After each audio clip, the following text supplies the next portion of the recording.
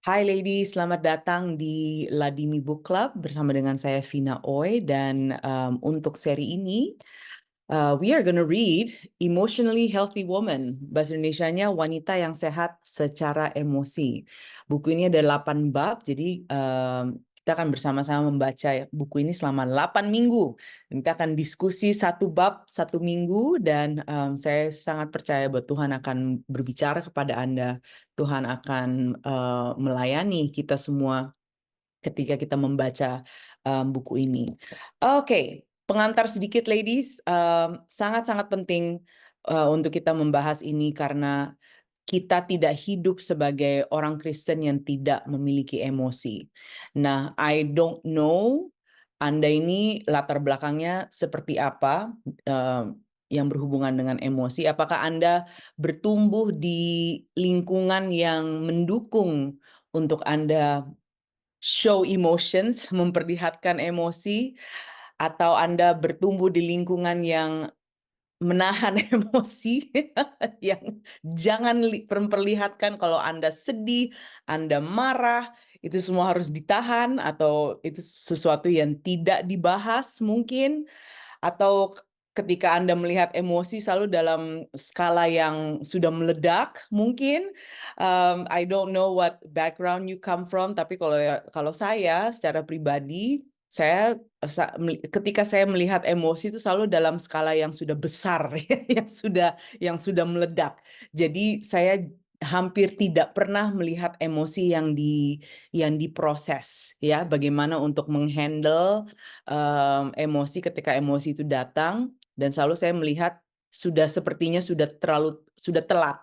Sudah telat, tidak sempat dilayani atau tidak sempat di handle, and then tiba-tiba boom, meledak. Dan akhirnya impression yang saya dapat adalah, oh, emosi itu sangat berbahaya. Jadi jadinya saya berhati-hati sekali dengan orang yang memperlihatkan emosi yang misalnya marah atau sedih. Jadi saya menjadi terlalu hipersensitif mungkin ya untuk saya mendeteksi, oh, ini orang dia marah nih gitu. Jadi saya agak ya hypersensitive to these things. So I need the Lord's help. Saya butuh pertolongan Tuhan untuk melihat emosi ini adalah sesuatu yang sehat sebenarnya, sesuatu yang diberikan oleh Tuhan, bagian dari hidup, bagian dari kehidupan orang Kristen, dan bahkan Yesus pun memperlihatkan emosi ketika kita melihat kehidupan Yesus dalam Alkitab.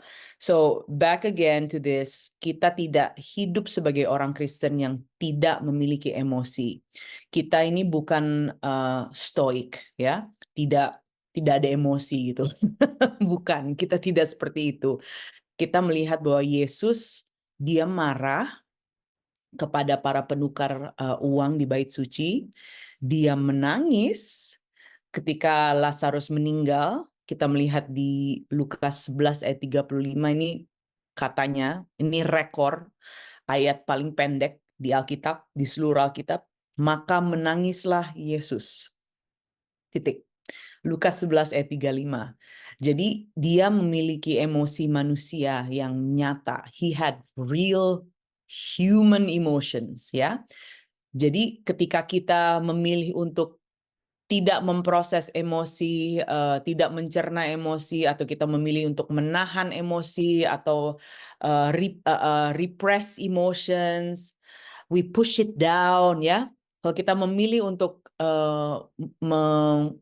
mengabaikan emosi, sebenarnya kita kehilangan kesempatan untuk mencerminkan Yesus kepada orang lain ketika kita menjadi stoik, ya.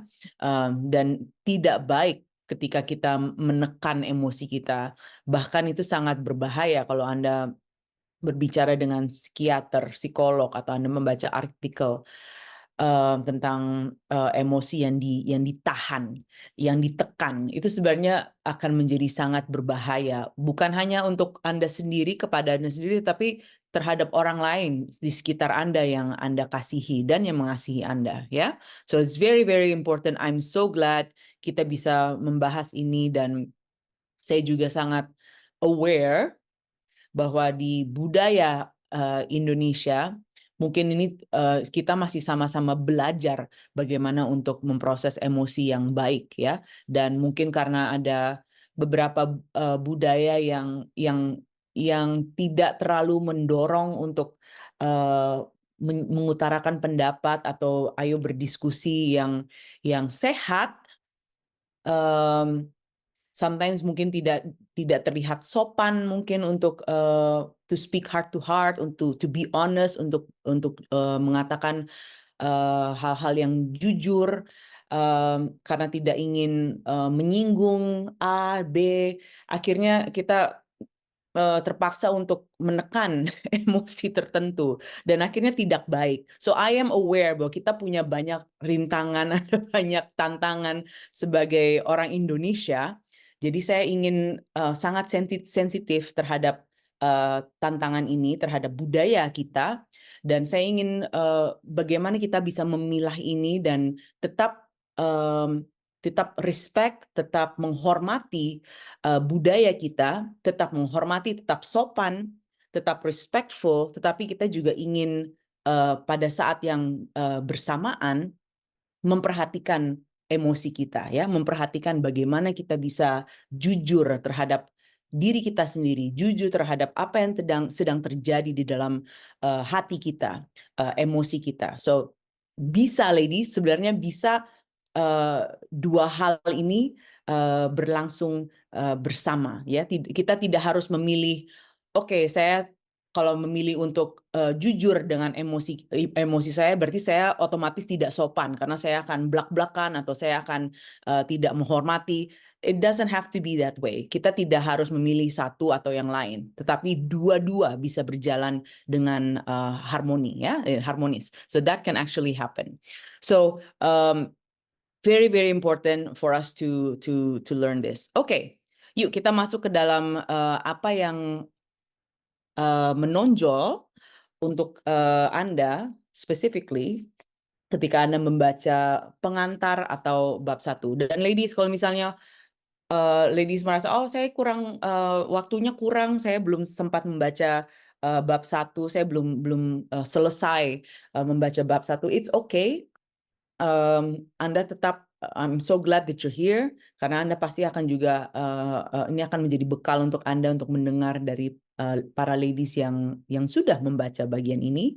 I just feel like for those of you who are watching, also, Anda akan mendapat lebih banyak lagi, Anda akan menerima lebih banyak lagi ketika Anda membaca bab yang ditentukan sebelum Anda bergabung dalam Zoom call ini. Tapi if you haven't finished it, it's okay. Tidak ada penghakiman dalam Kristus.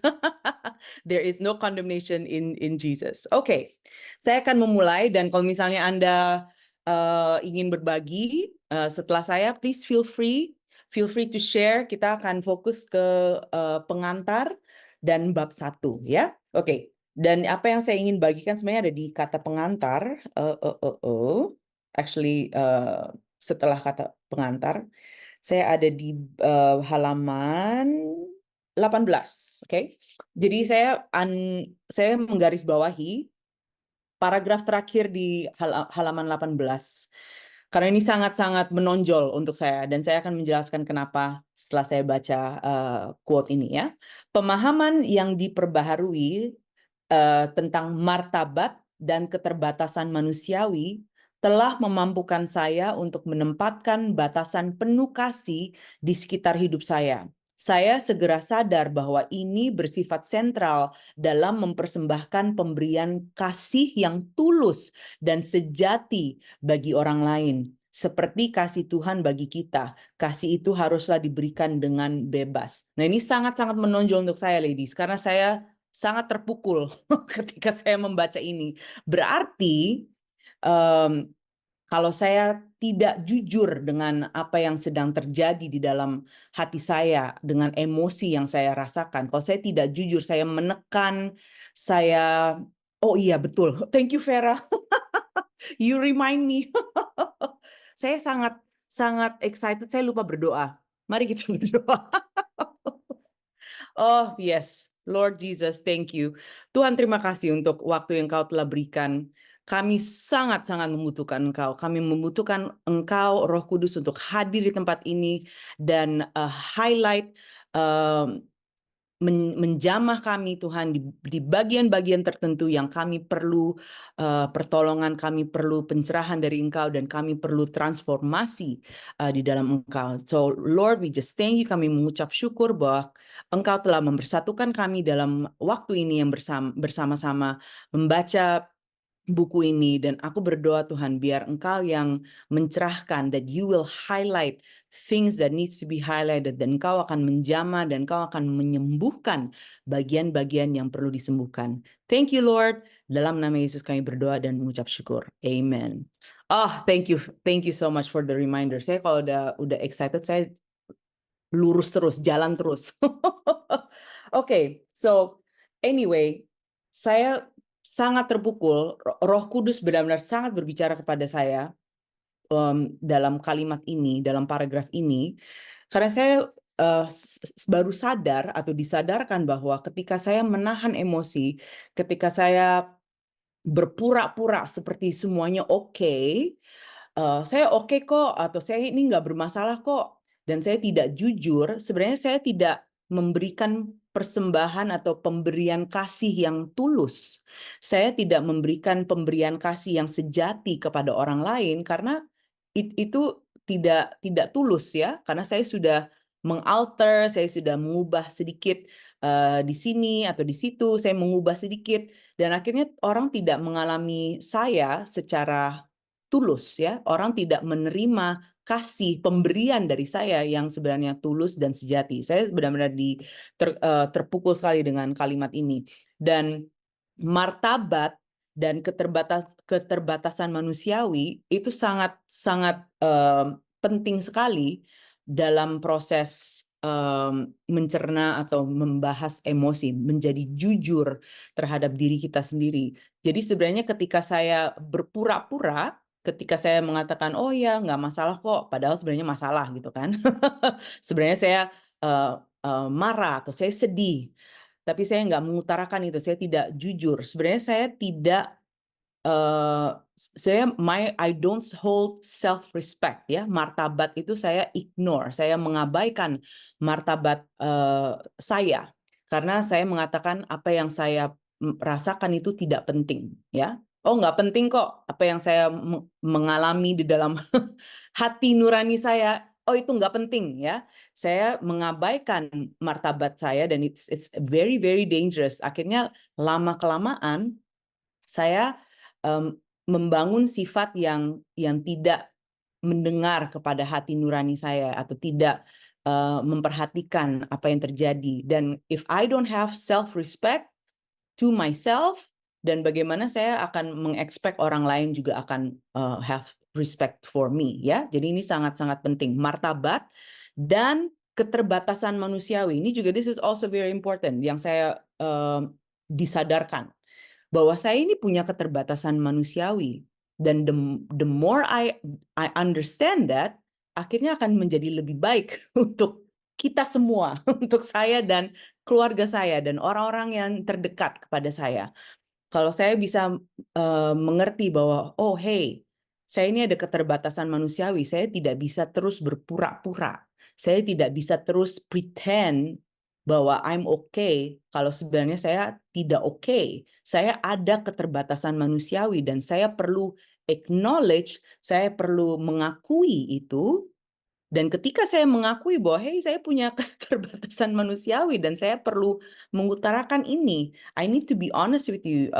You know what? Saya nggak bisa keluar terus. Misalnya saya perlu, ada nih contohnya di bab 1. Saya perlu, saya harus save money. Saya financially nggak bisa keluar terus nih, ya. Saya nggak bisa terus-terusan jajan bersama dengan the group. Saya harus bisa mengutarakan saya punya keterbatasan manusiawi, dan I need to save, dan saya harus bisa jujur dengan orang-orang yang terdekat, dan itu adalah cara. That is how I let people love me, ya. That is how saya memberikan kesempatan untuk orang lain untuk bisa mengasihi saya. where I really am, sesuai dengan di level di mana saya berada, ya, tanpa harus pretend, tanpa harus bohong, tanpa harus berpura-pura in the sense. So I think that was very very important for me, dan that was my highlight from the introduction. Untuk bab 1, saya juga ada highlight, tapi saya juga ingin memberikan waktu supaya ladies yang sudah baca, dan ada beberapa hal mungkin yang Anda garis bawahi, and if you want to share, this is your place. I want to give kesempatan untuk Anda juga bisa sharing. Tapi in a nutshell, untuk para ladies yang belum selesai baca bab 1, in a nutshell, kita ingin berhenti mencemaskan apa yang orang lain pikirkan, dan bagaimana untuk kita bisa jujur dengan diri kita sendiri, dan kita tidak melakukan hal-hal dengan basis apa yang orang akan pikirkan. Apakah ini akan menyinggung, apakah ini akan mengubah persepsi mereka tentang saya, apakah ini yang sebenarnya yang dibahas adalah apakah orang ini akan senang dengan saya, atau apakah orang ini akan tidak senang dengan saya. Dan ketika ini menjadi basis di mana kita mengambil keputusan based on apakah orang akan suka dengan kita atau tidak, ini akan menjadi sangat-sangat berbahaya karena kita tidak menjadi jujur dengan apa yang terjadi, apa yang kita benar-benar rasakan, apa yang benar-benar kita pikirkan. So, yang sangat-sangat membantu adalah di di halaman 28 juga dikatakan bahwa kita hidup di dalam ilusi, ya. Saya percaya kepada Yesus sebagai Tuhan Kristus. Saya mengatakan bahwa saya ini orang Kristen, saya menikmati kasih Tuhan, tetapi hanya hingga tingkat tertentu. Setelah itu kasih Tuhan tidak menembus cukup dalam sehingga mampu membebaskan saya dari rasa takut pada apa yang orang lain pikirkan. Oh my, ini saya sangat sangat sangat terpukul lagi karena saya mengatakan saya ini orang percaya, saya menerima kasih Kristus, tetapi kasihnya tidak menembus cukup dalam yang membebaskan saya dari rasa takut pada apa yang orang lain pikirkan. Oh Lord Jesus, help me. Ya, Tuhan, bagaimana untuk saya supaya bisa mementingkan kasih Yesus lebih daripada kasih dari orang lain, lebih dari apa yang orang lain pikirkan. So I think that is so important, dan kebanyakan dari kita hidup dalam ilusi. Ilusi bahwa oh ya, saya menerima kasih Kristus kok. Saya memang mementingkan kasih Kristus kok. Tetapi pada kenyataannya adalah ketika when push comes to shove, kita lebih mementingkan apakah kita mendapatkan kasih dari orang lain, kasih atau approval, pengakuan dari orang lain, dan bukan dari Kristus. Aduh, ini banyak banget sebenarnya yang harus dicerna. 4 tingkat kasih juga ini sangat membantu. This is very very helpful. Saya baru pertama kali lihat actually ini 4 tingkat kasih di halaman 32 dan 33. Sangat-sangat penting, dan sangat helpful, sudah dibagi dalam 4 tingkat levels of love. Jadi mengasihi diri demi diri sendiri, mengasihi Tuhan demi karunia dan berkat-berkatnya. Terus level yang lebih tinggi lagi, mengasihi Tuhan demi Tuhan saja, tanpa karena dia bisa memberkati saya. Dan yang lebih tinggi lagi, karena saya menerima Tuhan, saya bisa menerima kasih-Nya untuk diri saya sendiri. Mengasihi diri sendiri demi Tuhan, bukan apa yang saya bisa dapatkan dari itu. Dan because the focus is not on me, saya bisa mengasihi orang lain dengan tulus. Saya bisa memberikan orang pemberian kasih yang tulus. Okay, so I've said a lot. I've said so much. I want to give you guys the chance to share. Okay, apakah ada dari ladies yang ingin share? dari bab 1 atau dari pengantar dari buku ini. So, the floor is yours. Tiara, I see your hand. Silahkan unmute dan boleh sharing apa yang menonjol untuk Tiara dan kenapa. Ya, Oke, go for it. Eh, Oke, Kak Vina, saya mau sharing bahwa yang kena itu ke saya adalah kita diciptakan menurut Allah, sehingga identitas baru kita itu adalah berdasarkan kebenaran Kristus. Karena ke saya, karena menurut saya pribadi, kita itu sebagai kita, identitas kita itu cenderung ditentukan oleh bagaimana sih pasangan memandang, bagaimana orang tua memandang saya. Apalagi kalau kenanya di saya ketika saya udah berumur 30, gue masih menarik nggak ya? Orang-orang ngelihat gue tuh gue masih harga nggak ya? Jadi ketika saya benar-benar ketampar karena identitas baru itu berdasarkan kebenaran dan kebenaran kasih Kristus itu adalah tidak memandang kesalahan kita di masa lalu, tidak memandang umur kita tuh udah berapa, dan Amen. itu unconditional, iya, unconditional love itu benar-benar totally itu bikin saya tuh merinding gitu loh. Karena kan namanya dasi manusia itu bisa berubah ya. Kalau kita nanti gemukan pasangan kita ya oke, nggak enak bilang kita Iya, gemukan iya. gitu kan. Itu benar-benar buat saya tuh kita sebagai wanita tuh harus berdasar identitas kita tuh kita berdasarkan bagaimana sih Tuhan tuh memandang kita itu dan bagaimana kita udah dari gambaran Allah. Berarti kalau dari gambaran Allah berarti kita udah sempurna. Kalau kita udah sempurna, kenapa kita masih pusing kalau orang Yes. nggak kasih approval? Itu sih Kak yang benar kena. Makasih Kak. Tiara, you are preaching. Yes. Oh, iya. Oh, itu memang kita semua butuh reminder ini, Tiara. So many of us, walaupun sudah dalam kekristenan bertahun-tahun ya, tapi sangat-sangat sering banget lupa, sering banget akhirnya berpikir bahwa oh ya, you know what, kan identitas saya kan bukan dari kecantikan atau bukan dari segi keuangan atau bukan dari karir, bukan dari apa yang kelihatan. Oh my goodness, ini sangat-sangat penting untuk kita ingat bahwa you know what, semua ini conditional, tetapi kalau hanya dalam Tuhan, hanya dalam Kristus, itu unconditional, tidak ada tanpa syarat. Dan makanya sangat penting kalau kita membangun identitas kita dalam Kristus. Karena kalau kita membangun identitas kita based on apa yang orang katakan, atau saya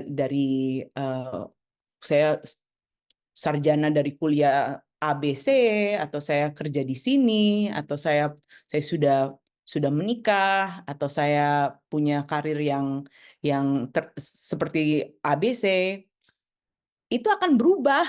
Itu akan tidak akan, apa namanya, itu tidak kekal ya, bisa berubah. Kita bisa like you said, kita bisa gemukan, kita bisa uh, penampilan kita berubah, kita bisa nggak kerja di tempat yang sama lagi, kita bisa dipecat. There's so many things yang bisa terjadi, dan akhirnya identitas saya ini siapa gitu kan, jadi existential question. But so good, thank you Tiara for reminding us, untuk remindernya. Oh, bless you for that. Okay, do we have anyone else yang ingin sharing? Please go ahead. Ini sangat-sangat membangun dan sangat-sangat perlu didengar ya, perlu diingatkan kembali. Oke, apakah ada yang ingin sharing lagi? What really stood out? I'm so glad we can find the gospel again. Kita diingatkan Injil bahwa identitas kita di dalam Kristus. Thank you Lord. Bukan apakah saya sudah menikah atau belum menikah. Nope. Thank you Jesus. Bahwa identitas saya apakah bukan karena saya pelayanan atau saya nggak pelayanan. Nope. Identitas saya bukan apakah karena saya orang Kristen yang baik. Tidak. Tetapi apakah Yesus mengasihi saya? Dan jawabannya adalah yes. Ya, dia mengasihi saya dan dia memberikan kebenarannya, menukarkan kebenarannya untuk saya. So, so good. Okay, anybody else ingin membagikan apa yang menjadi highlight yang menonjol dan ini akan menjadi berkat juga pada orang lain. So, please go ahead. If you want to raise your hand atau ingin unmute langsung, silahkan. Just want to give you guys some space to do that. Vina, Hai Cindy, hai. Ya, silahkan. kayaknya aku harus kasih apa ya? Kasih sesuatu yang aku dapat juga dari buku yang akhirnya judulnya pas ngeliat dari email di Ladimi kemarin, minggu kemarin, Emotionally Healthy Woman, wanita yang sehat secara emosi. Ini kayaknya memang hal yang harus aku lakukan sekarang, sehat secara emosi. Amin. Jadi ada kalimat di halaman 16 di kata pengantar, tapi kemudian ada titik di mana kita melintasi ambang batas dan kita tak lagi mampu menghadapinya. It seems like kayaknya aku udah nggak sanggup lagi, tak lagi mampu menghadapi. Ya. Karena selama ini sebagai informasi saya single parent dengan satu anak laki-laki, tinggal bersama dengan mama saya, hanya bertiga. Semenjak almarhum papa saya pergi, ada satu pesan yang ditinggalkan oleh beliau, Ya. bahwa Cindy itu bisa untuk bersama dengan anak yang saya besarkan sekarang, bisa menjalani masa depannya dengan baik. Akhirnya kata-kata almarhum papa itu yang aku pegang sampai sekarang, yang bilang semuanya harus berjalan dengan beres. Semua tuh berjalan harus dengan baik. Jadi nggak mau ngecewain almarhum papa yang kalau nanti jatuh jadinya nggak baik. Gitu. Memang aku belum sempat baca di bab pertama sih yang berhenti mencemaskan apa yang orang lain pikirkan. Ya. Karena ternyata ada hal yang memang ada ambang batas yang kita harus mengontrol secara emosi dan bilang bahwa it's okay to be not okay, tapi bersama dengan Kristus. Itu sih yang aku highlight dari buku ini pertama, sebelum lanjut ke bab-bab berikutnya. Yay! Oh, Cindy, thank you for sharing. Thank you udah sharing your situation. Dan I think juga di Ladim ini yang biasanya kita lakukan adalah kita sama-sama berdoa juga. We stand with you. Ya, kita ingin berdiri bersama in faith, dalam iman, untuk support you in prayer, dan untuk kita akan mendengar kesaksiannya. Kesaksiannya akan menjadi kesaksian yang besar. So we want to pray with you. Can we quickly pray for you, Cindy? Ya? Okay. Tuhan, kami mengucap syukur untuk sister kami Cindy.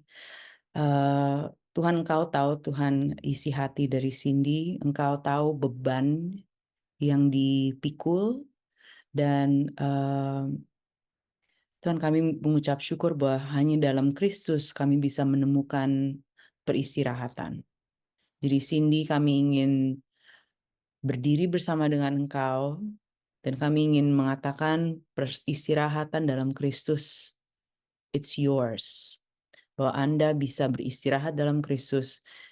Yesus mengatakan, datanglah kepadaku yang letih dan lelah, dan kuk dariku adalah kuk yang ringan. So we just pray right now untuk setiap beban yang terlalu berat. Tuhan, biar Tuhan Yesus yang ambil dan Tuhan berikan cook yang ringan.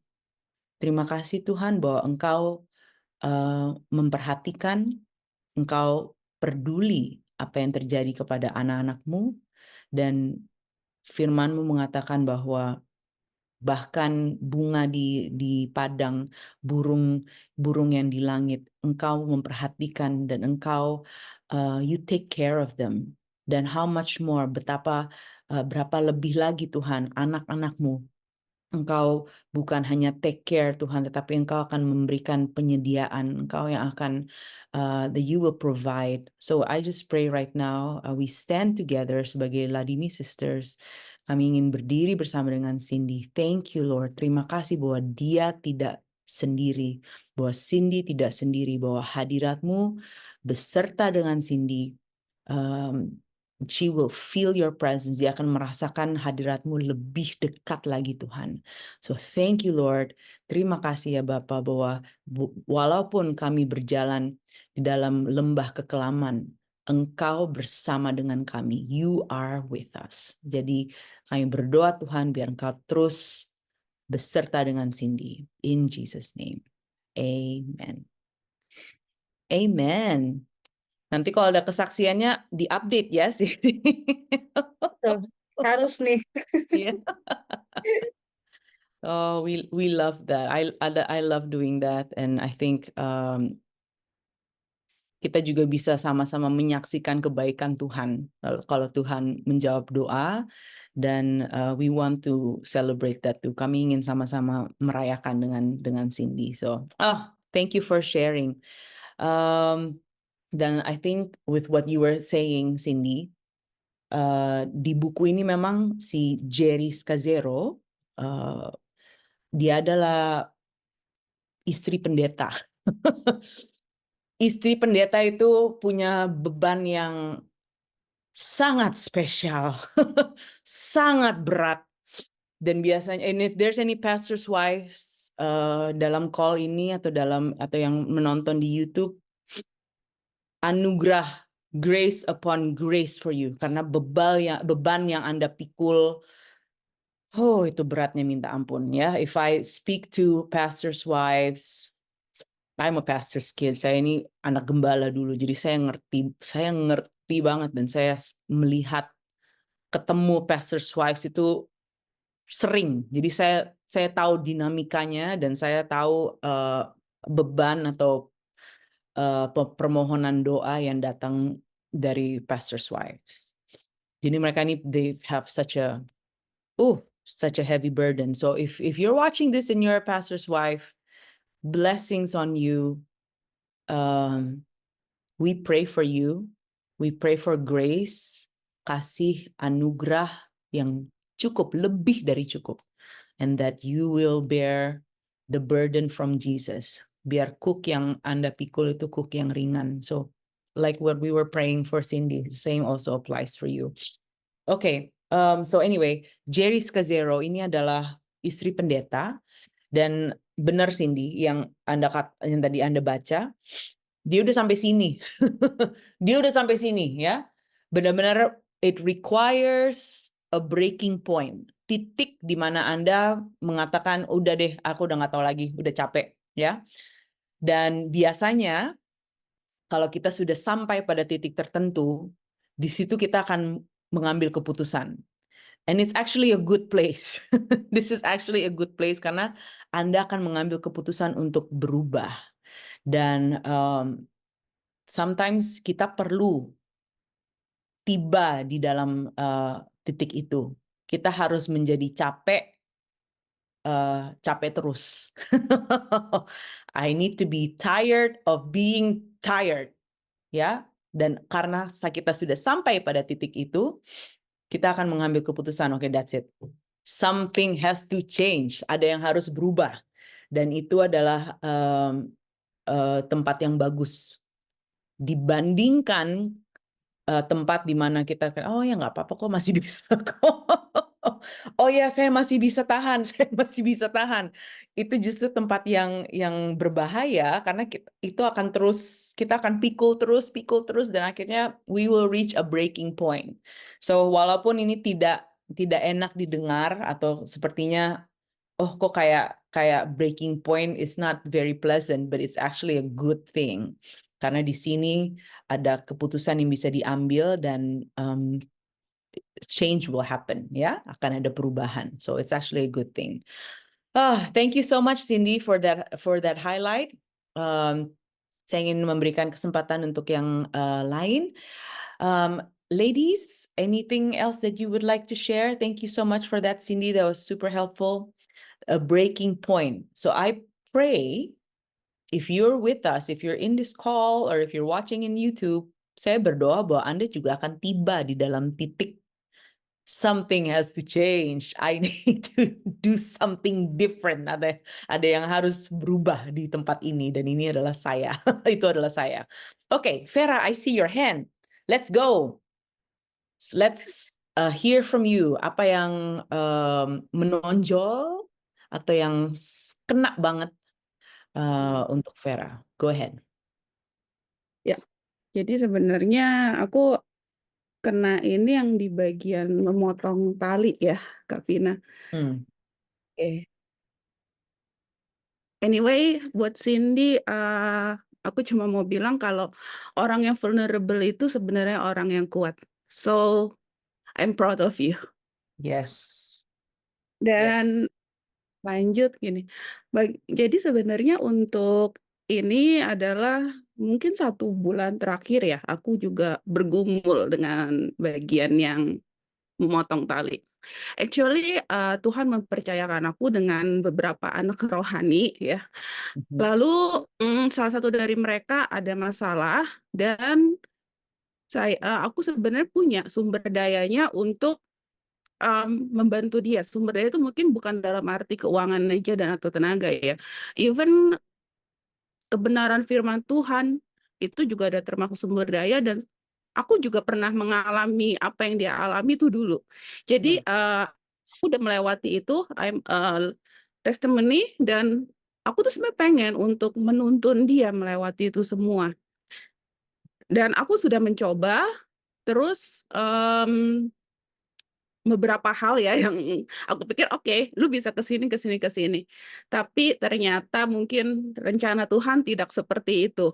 Dan aku diingatkan sama Tuhan lewat temanku bilang, ya udah, I think you have to stop.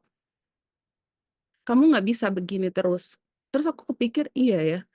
Aku masih ada anak-anak rohani yang lain kalau aku ngurusin yang satu ini. Terus aku sampai nanti istilahnya aku kayak sampai ikut ke masalah dia. Kan kayak kita sometimes suka berasa kuat untuk menarik orang dari jurang sampai kadang tuh kita lupa lama-lama kita sendiri yang akan ketarik kalau kita nggak berhenti kan. Ya udah, I have to stop. Terus aku kayak berpikir apa ya, mungkin anak itu udah kayak sometimes ya, aku ngeliat dia struggle, ngeliat apa juga aku nggak tega. Tapi aku kepikir analogi kupu-kupu. Sometimes ketika kupu-kupu itu mau dari kepompong dia mau keluar jadi kupu-kupu, kan kita suka nggak tega ya ngelihat dia struggle kok kayaknya ih susah banget. Ya udah sini gue bantuin misal kita bawa gunting atau apa. Tanpa kita tahu bahwa sebenarnya yang kita lakukan itu adalah malah mencelakakan itu kupu-kupu yang ada kupu itu mati. Ya, jadi ya udah salah satu-satunya cara yang bisa kita lakuin adalah ya udah kita biarin aja dia struggle. Ya memang itu harus satu proses yang sebenarnya harus dia lalui. Dan aku juga kayak diingatkan sama Tuhan, Fer, oke, kamu punya ini tapi tolong ya jangan sombong ya. Kamu itu sebenarnya harus lebih bergantung ke Tuhan. Bukan untuk mengerahkan istilahnya semua mungkin sumber-sumber daya yang kamu punya untuk help dia. Nggak bisa. Nanti kamu bisa istilahnya kamu bisa ikutan kenapa-kenapa gitu. Dan sebenarnya aku juga tahun lalu aku udah bergumul juga dengan mental health dan di situ juga aku ngeliat bahwa Tuhan tuh mengirim orang tuh banyak sekali ke kehidupan aku. Jadi Tuhan tuh tidak pakai istilahnya satu juru selamat ya, juru selamat tanda kutip untuk membantu seorang Vera tuh enggak. Jadi ya kayak aku juga bilang ada yang bisa cukup belak-belakan ke aku, lu nggak usah deh main juru selamatan. Dia bilang begitu. Hmm. Ya, itulah yang sebenarnya ya udah, I know I have to stop gitu Ya. sih, Vina. Oh, thank you so much for that. Sebenarnya, I think yang sangat penting that you mention,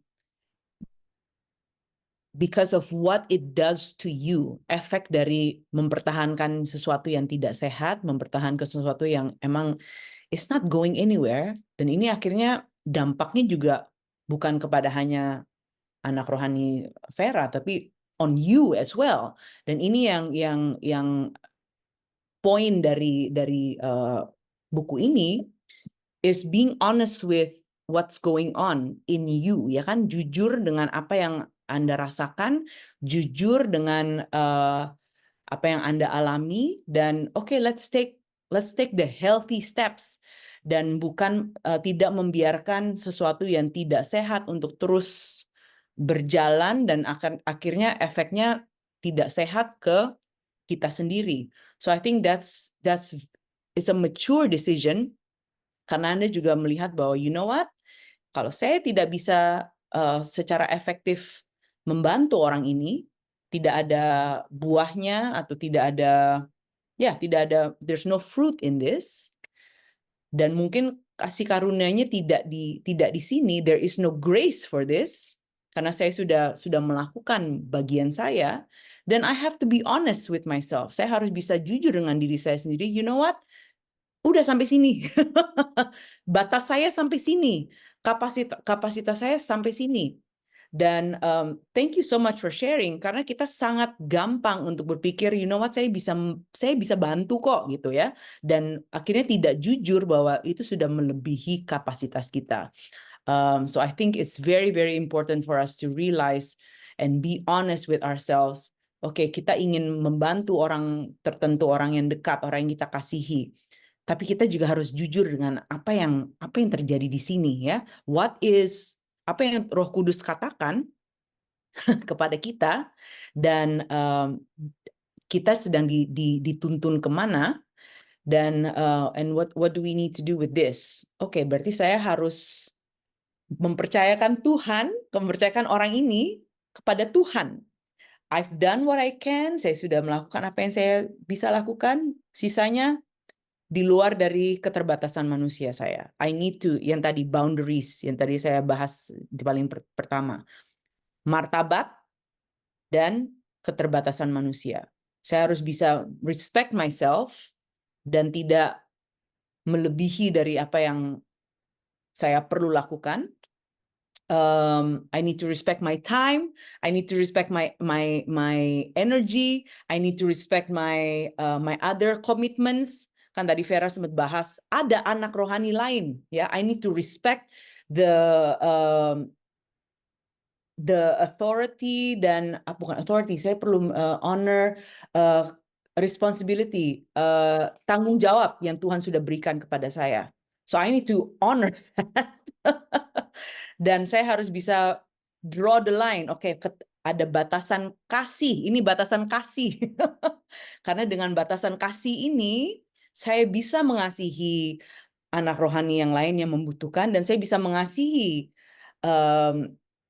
anak ini kepada Tuhan, ya, mempercayakan anak ini kepada Tuhan. Dan seperti tadi kupu-kupu, kalau saya menggunting, saya melakukan hal-hal yang saya bisa manipulasi sendiri, itu bukan kasih.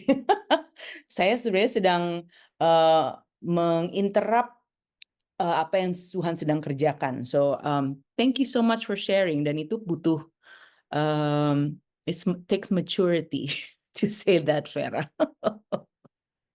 So thank you so much. Was there anything you wanted to add to that? No, kalau ini takutnya kepanjangan, Kevin. Okay, all right. Well, I think Tiara has something to add. Tiara, silahkan. Thank you for wanting to share.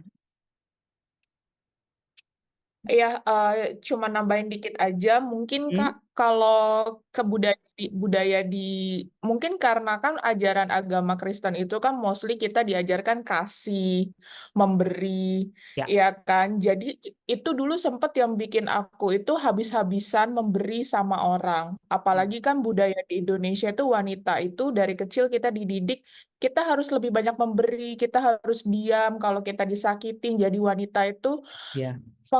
penghargaan tertinggi wanita itu adalah ketika kita bisa membuat orang lain bahagia, orang yang di sekitar kita. Jadi Ya. karena aku terdoktrin seperti itu dan mamaku juga fanatik secara agama, jadi selalu ngajarin bahwa Kristen itu kita harus memberi, kita jangan perhitungan karena nanti pasti Tuhan ada aja cara untuk kasih kita berkat. Hmm. Akhirnya bisnis aku tuh sempat kolaps Kak gitu loh karena kebanyakan ngasih gitu loh secara maksudnya income yang aku punya aku kasih ke family terlalu generous terus aku juga suka bantu temen karena nggak enak kasihan kayak gitu Hmm. sampai nah terus di buku ini aku baca juga hubungan pernikahan mereka itu bermasalah karena si suami ini terlalu sibuk membantu orang lain jadi Ya. akhirnya tuh poinnya ini adalah di sini aku mau nambahin bahwa kita itu kadang takut wanita itu dianggap kita itu kayak egois. Kita wanita takut dianggap kita tuh kayak galak, jahat karena kita nolak orang atau kita nggak mau membagi waktu kita atau membagi apa yang kita punya. Padahal sebenarnya kita tidak bisa memberi kalau cup kita masih kosong. Kayak gitu. Yes. Tiara, you're preaching. I No, love, I mean I like love aku it so much. I love it so much, Tiara. Jadi itu Kak, apalagi terakhir aku mau nambahin, apalagi kalau kalian anak pertama ya, budaya anak pertama di Indonesia itu kita bertanggung jawab kan ya sama adik-adik kita, sama keluarga.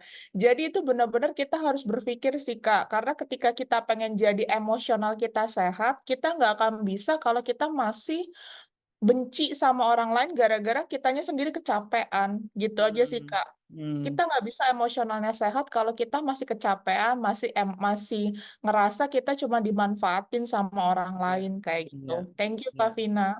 Thank you, Tiara. Aduh, itu bagus banget. Bagus banget pertanyaannya atau tambahannya. Karena ini pas yang aku bahas dengan temen-temen my Dutch friend. Jadi pas kemarin baru saya bahas sama teman saya di sini. Jadi saya bahas sama teman Belanda saya. Ya kita lagi membahas buku wanita yang sehat secara emosi di Ladini. And then dia bilang, she said, oh, tapi gimana dong sama budaya Indonesia? Karena kan itu bagus sekali budaya di Indonesia di mana yang tua dituakan, itu ada sopan santun dan persis tadi apa yang Tiara bilang, semuanya yang the value of women helping others, ya membantu orang lain, ingin melihat orang lain happy. Ada banyak budaya Indonesia yang it's actually ini sebenarnya baik. Ini semua hal yang baik ya. Untuk perempuan ingin membantu seseorang, memberikan waktu, melihat orang lain senang, memberikan resources, sumber daya. All of this is actually they're all good. Ini nggak ada yang jelek ya dari yang sifat tadi Tiara bahas.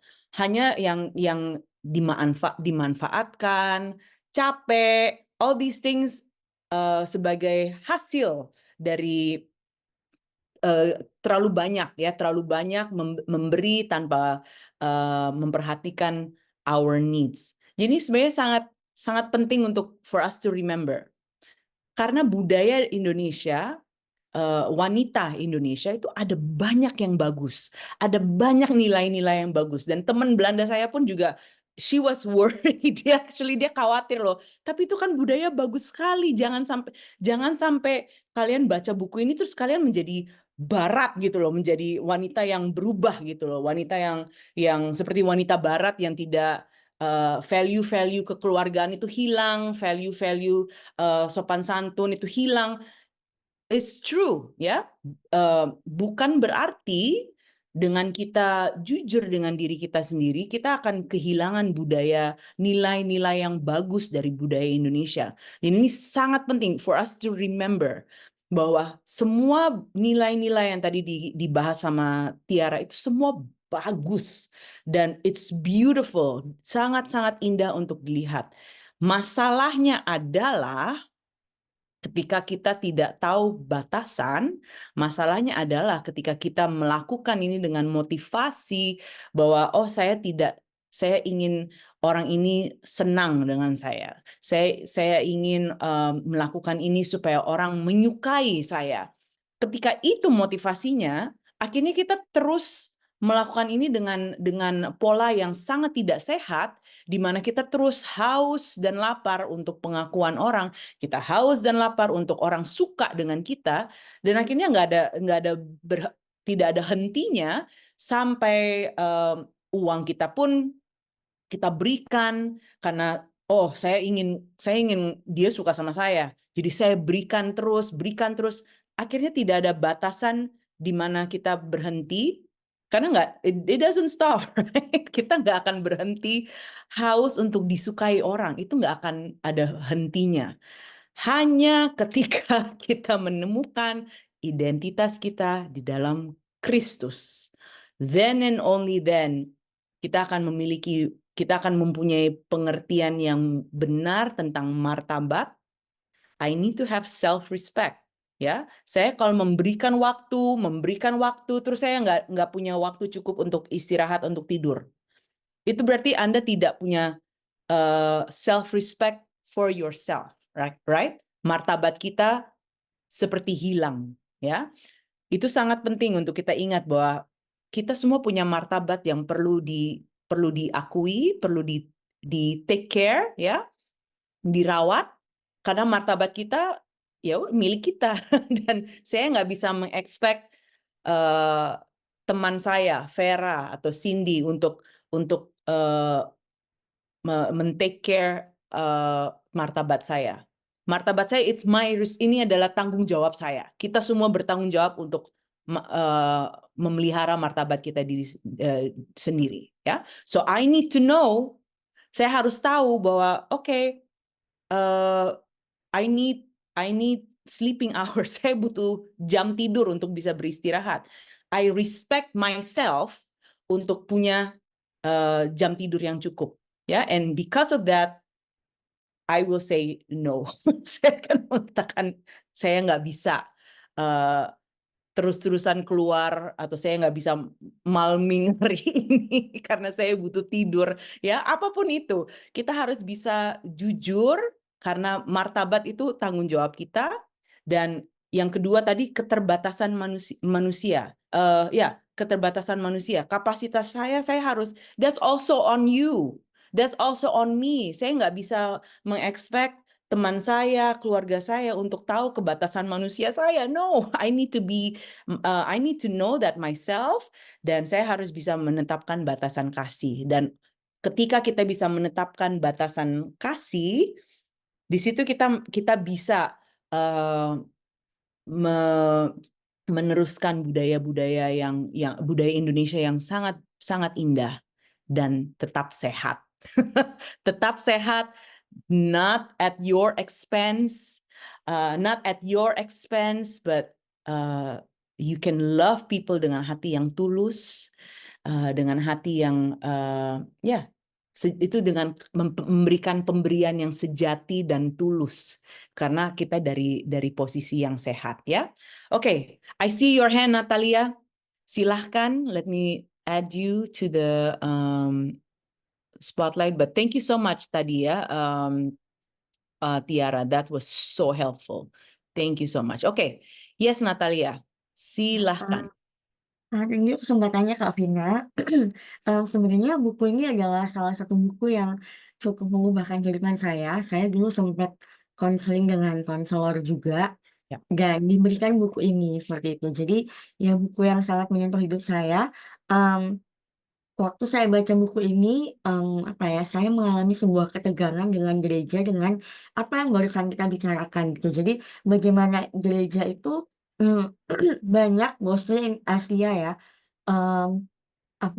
mengharapkan jemaat itu memberi habis-habisan tanpa Ya, kita berpikir bahan bakar kita ini masih ada apa enggak kayak ya, gitu. Nah, ya.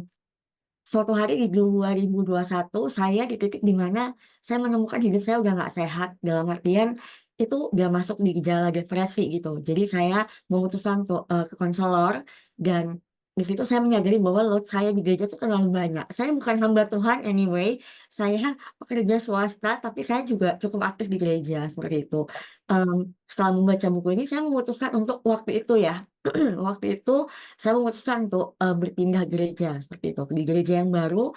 Semuanya lebih baik, tapi yaitu ketegangan gereja-gereja aslinya itu sama. Jadi ketika kita mencurahkan perasaan kita, mmm, dalam artian saya berusaha untuk saya bisa mengasihi orang lain, untuk saya bisa menghargai orang lain, saya harus tahu bahwa saya bisa menghargai diri saya sendiri. Tapi ketika Ya. saya membukakan itu, justru saya, lebih banyak mendengarkan suara yang sama gitu, kayak, "Oh, kamu terlalu mementingkan diri sendiri." Oh, bahkan, lately ada satu hamba Tuhan ngomong saya gini, "Psikologi itu nggak penting, yang penting itu adalah hubungan dengan Tuhan." Nah, saya bingung gitu. Jadi jujur waktu, waktu lihat email dari Ladimi yang akan membahas buku ini, kayak saya merenung, "Aduh, bisa nggak ya saya tanya sama teman-teman yang lagi ini soal ini?" Karena gini, I love church gitu, saya suka di tengah komunitas, tapi seringkali saya merasa value saya itu, mmm, bertentangan gitu dengan gereja. Dalam artian saya bukan mau egois, saya mau tolong orang lain, saya pengen mengembangkan komunitas saya, but seperti yang saya baru tulis di chat, I want to love people, but not at the expense of loving myself gitu. Saya love people, tapi saya mengorbankan diri saya habis-habisan sampai saya beneran habis kayak gitu. Saya bingung, dan sampai hari ini itu ketegangan gereja yang saya hadapi gitu. Dan buat saya pribadi, sorry ya, ini suara saya lagi serak soalnya. Nggak apa-apa. Mmm, saya ini anak rantau gitu ya. Saya anak rantau, saya dari Kalimantan sekarang pindah ke Surabaya gitu. Buat saya salah satu tempat komunitas yang sangat penting, mmm, untuk saya bisa apa ya, mengalami keluarga Kristus adalah gereja. Tapi ya kenyataannya di gereja kejadiannya selalu seperti ini gitu. Jadi saya bingung gitu, seperti apa ya menghadapi ketegangan seperti ini. Dan saya berusaha menyatakan ke teman-teman komunitas bagaimana kita, saling menguatkan satu dengan yang lain, saling mengisi instead of saling menuntut, seperti itu. Tapi sulit sekali karena, tuntutan gereja itu kayak terutama di halaman 17 ini ya, kan, dikatakan di sini, "Saya gagal merengkuh kebenaran bahwa kehidupan rohani yang sehat mencakup keseimbangan yang cermat antara melayani kebutuhan kebutuhan saya dan kebutuhan orang lain, menghargai kebutuhan serta keinginan saya.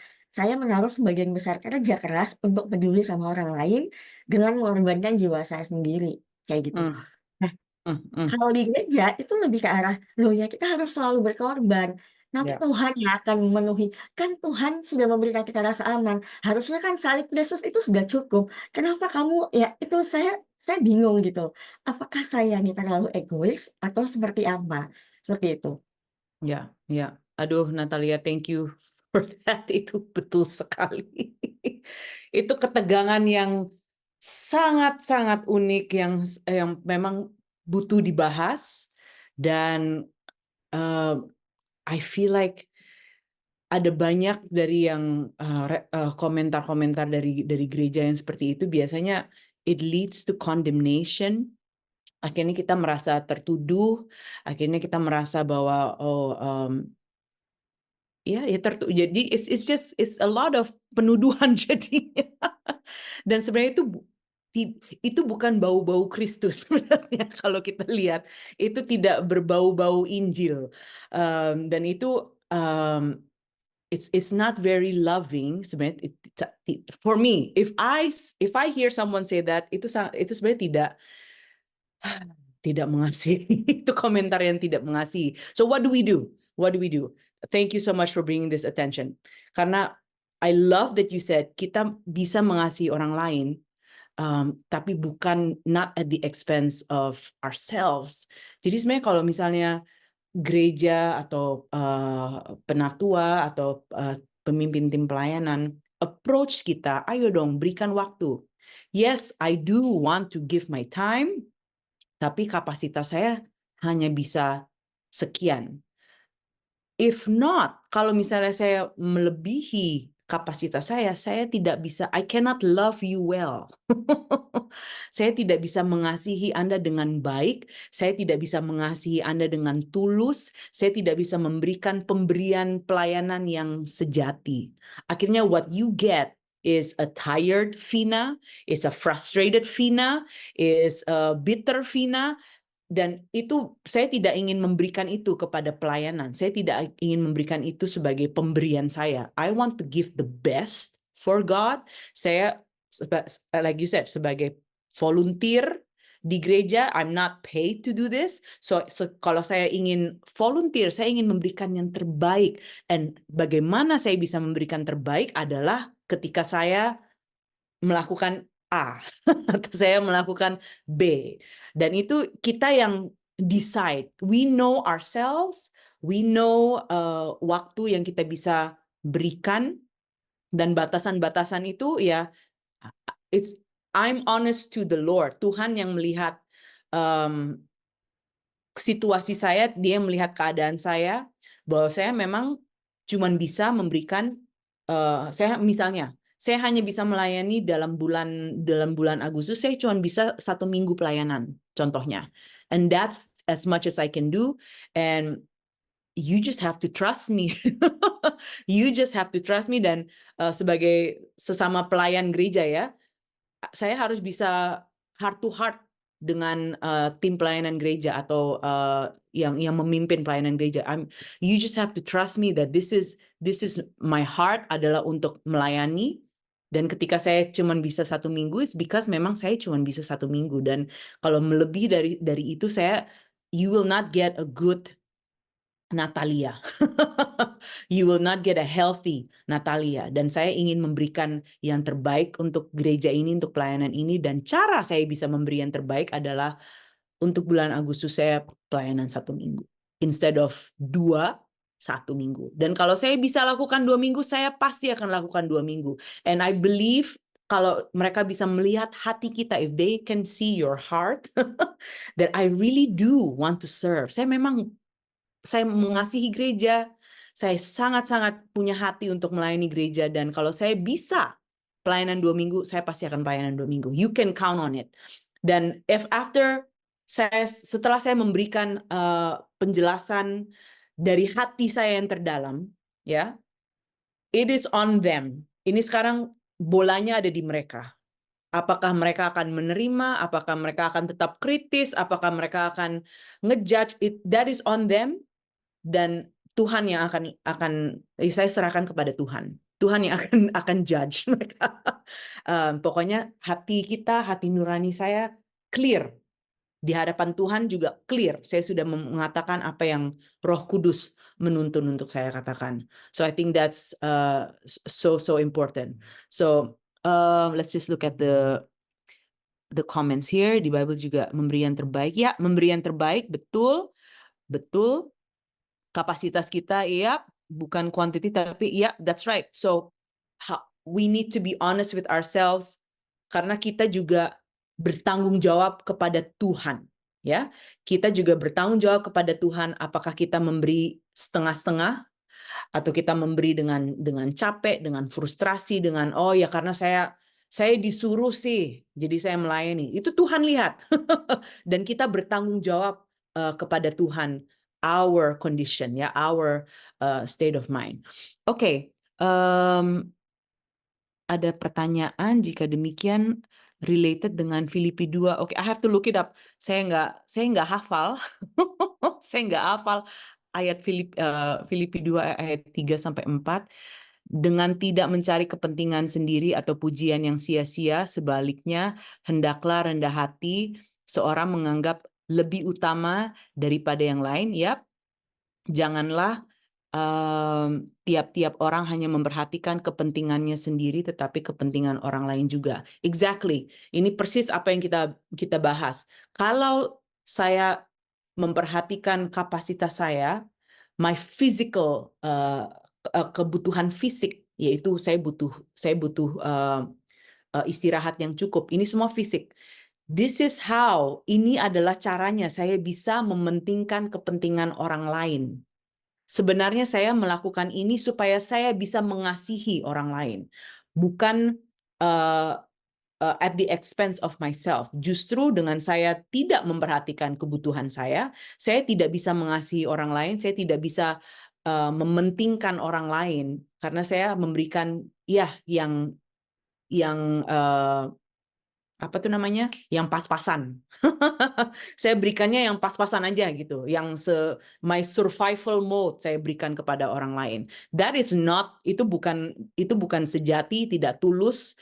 That's actually tidak mementingkan kepentingan orang lain. Saya berarti melihat bahwa oh ya, mereka layak menerima kondisi saya yang pas-pasan aja, gitu, bukan yang terbaik. So I think very good untuk kita bisa mengubah perspektif kita sedikit, ya. Kita tetap mengasihi orang lain, kita tetap mementingkan orang lain, dan dengan kita mengakui keterbatasan kita, dengan kita take care, merawat martabat kita actually bisa memberikan pemberian kasih yang sejati, pemberian kasih yang utuh, dan itu adalah mengasihi. Bukan dengan kita memberikan diri kita yang frustrasi, kita memberikan diri kita yang pahit, yang nggak enakan sebenarnya. That's not, itu tidak tulus dan tidak sejati. And that's not love, yeah. So I think that's good for us to remember. Thank you so much, Natalia. I hope that reading the second time, ini yang kedua kali ya berarti.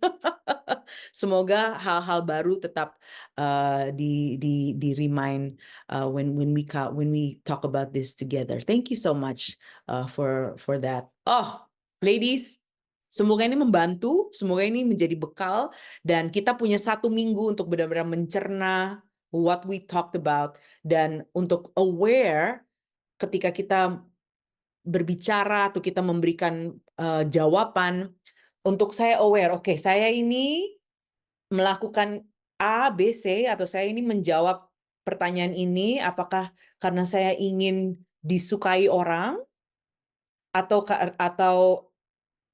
ya, apakah ini karena saya haus dan lapar akan pengakuan orang lain, supaya orang menyukai saya.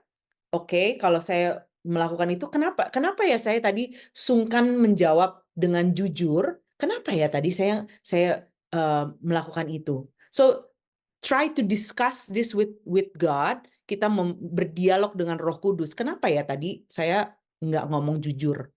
Kenapa saya ingin pengakuan dari orang-orang tersebut? Oke, berarti saya butuh mengingatkan bahwa saya sebenarnya sudah dikasihi oleh Kristus. Saya sudah diterima oleh Kristus. Saya bisa mengatakan hal yang jujur dengan hormat.